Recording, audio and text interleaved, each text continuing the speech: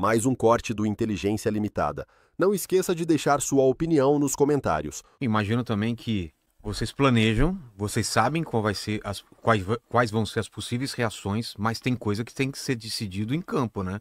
Porque tudo gera uma reação e cada ação vai gerando reação. E como vocês se preparam para, se os criminosos fizerem isso, a gente faz isso. Se eles fizerem isso, como vocês fazem para em campo se adaptar a novas ações que vêm deles, né? Como que é planejado isso? Olha, nós já fizemos... É uma guerra, né?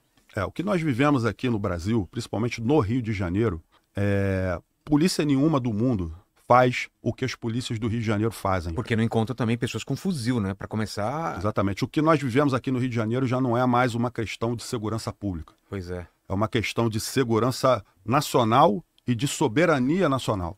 Vilela, nós temos aqui no Rio de Janeiro cerca de 1.900 favelas, com a atuação do crime organizado. O Comando Vermelho tem atuação em cerca de 70% dessas favelas. Terceiro comando? Os outros 30%, 20 e poucos por cento, terceiro comando, e o restante, milícia. Tá. Então, é dividido mais ou menos dessa forma.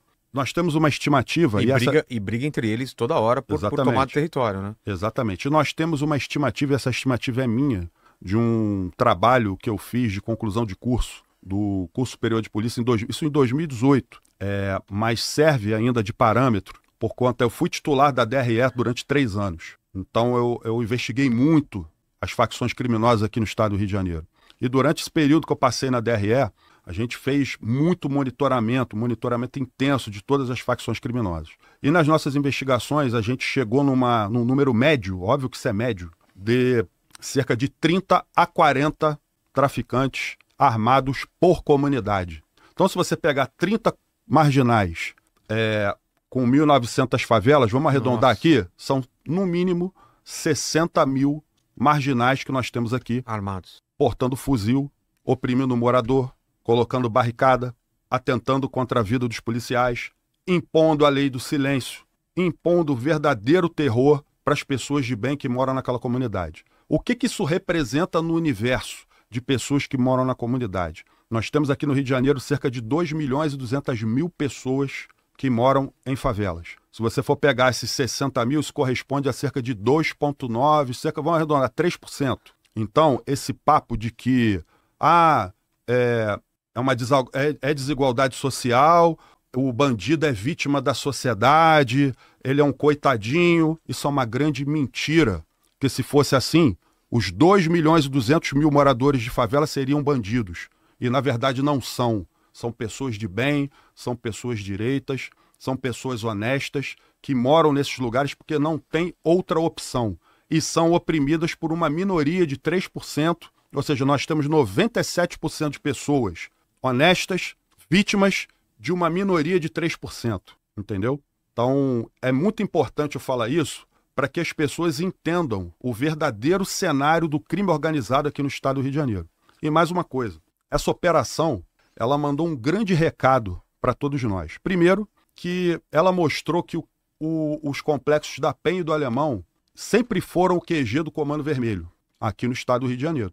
Mas essa operação mostrou que o complexo da Penha e do Alemão passaram a ser o QG do Comando Vermelho em nível nacional. Nós tínhamos, entre os neutralizados e presos, narcoterroristas de 12 estados diferentes da federação. Cara. E de 4 regiões do nosso país diferentes. A única região que nós não tínhamos preso ou neutralizado foi a região sul. Tínhamos da região sudeste, centro-oeste, norte e nordeste. Então, e aí é importante que as pessoas entendam por que isso aconteceu. E acho que é importante a gente desenhar um pouco o cenário dos últimos 20 anos aqui no Rio de Janeiro, do crime organizado, e por que nós chegamos a esse ponto. Nós tivemos aqui no Rio de Janeiro, há 20 anos atrás, o fenômeno das UPPs, certo, das Unidades de Polícia Pacificadora, que no início foi realmente um projeto muito bom, inovador e que tinha tudo para dar certo. E começaram-se a implantar as UPPs de forma ordenada, de forma planejada, a Polícia Civil participando do processo, com investigação, com inteligência primeiro, para depois entrar a Polícia Militar fazendo uma ocupação. Só que isso se perdeu no meio do caminho, e um projeto que era técnico se tornou um projeto político eleitoreiro. E aí houve uma ocupação desordenada, sem a participação da Polícia Civil. A Polícia Civil foi alijada desse processo, e somente com a Polícia Militar colocando policiais novos, sem a menor experiência, num terreno hostil. O que isso ocasionou? Antigamente, nessa época, o tráfico de drogas, ele basicamente, as grandes lideranças, né, elas só ficavam nos grandes complexos de favelas, e principalmente aqui na capital do Rio de Janeiro. Então, Complexo da Penha, Complexo do Alemão, Complexo da Maré, Jacarezinho, Mangueira, ou seja, as grandes áreas com atuação do tráfico. Vila Aliança, Acari e tal. O que o fenômeno UPP fez? Com essa ocupação desordenada desses grandes complexos de favela, as lideranças saíram e começaram a se instalar em locais que até então você só tinha o estica. Como a gente chama aqui no Rio de Janeiro, é o estica, ou seja, é o cara que só pegava droga lá, nesses grandes complexos de favela, para vender. Só tinha ali o vendedor para o usuário. Mas você não tinha o tráfico armado, você não tinha disputa territorial, você não tinha guerra de facção. E isso começou a se espalhar pelo estado do Rio de Janeiro inteiro. Então, Baixada Fluminense, região dos Lagos, Norte Fluminense, Costa Verde, Angra dos Reis, ou seja, houve uma verdadeira metástase do tráfico de drogas pelo Rio de Janeiro inteiro. Então hoje nós temos essa realidade barricada, disputa territorial, etc., pelo estado do Rio de Janeiro inteiro.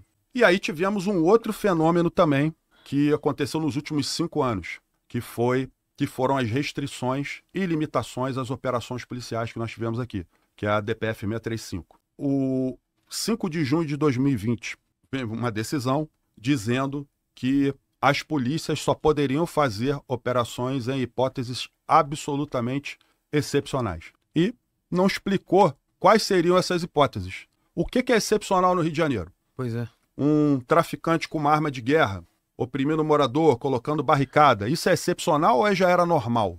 Então, esse conceito jurídico indeterminado que a gente chama, hipóteses absolutamente excepcionais, isso gerou uma grande insegurança jurídica para as polícias. E aquela ostensividade que nós mantínhamos, aquela regularidade que nós mantínhamos de presença nas comunidades, isso se perdeu. Então, no português bem claro aqui, a gente mantinha a grama parada, a gente parou de manter a grama parada, essa grama virou uma floresta. Todas as vezes que a gente ia fazer uma operação e para cada ida num determinado local eu tinha que ter um motivo diferente, e na verdade eu tinha que esperar acontecer praticamente uma tragédia para poder entrar, porque eu não podia entrar de forma rotineira, a gente enfrentava uma resistência absurda. E aí, nessa época, em junho de 2020, coincidentemente, eu era o subsecretário operacional da Polícia Civil. E nós fizemos 2 relatórios que foram acostados lá aos autos da ação, onde nós alertamos para os efeitos dessa decisão, o que poderia acontecer se isso perdurasse. Então nós avisamos, olha, isso vai fortalecer o crime organizado, isso vai aumentar as disputas territoriais, isso vai aumentar as barricadas e o raio de abrangência dessas barricadas. A gente não podia chegar perto de escolas e unidades de saúde no interior de comunidade. A gente avisou, olha, esses locais vão virar esconderijo de criminosos. Eles vão usar esses locais para esconder arma, droga, munição. Sabendo que vocês não podem chegar, é óbvio. Produto de roubo.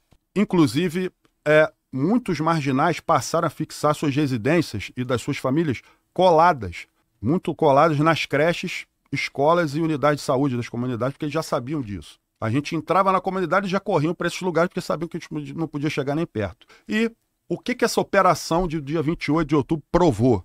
Constatou que as favelas do Rio de Janeiro viraram verdadeiras bases operacionais do crime organizado em um local convidativo para que lideranças do Brasil inteiro se escondessem aqui.